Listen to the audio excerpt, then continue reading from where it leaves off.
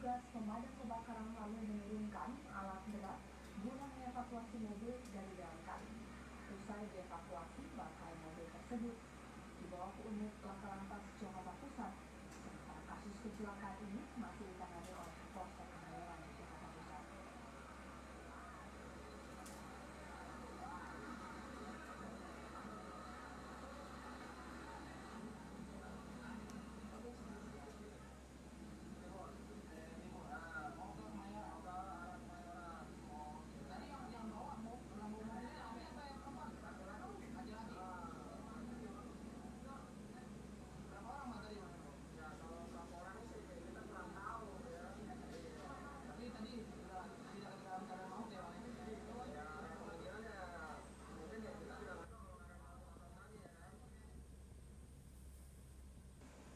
Pemirsa, seorang anak di Bogor, Jawa Barat tewas di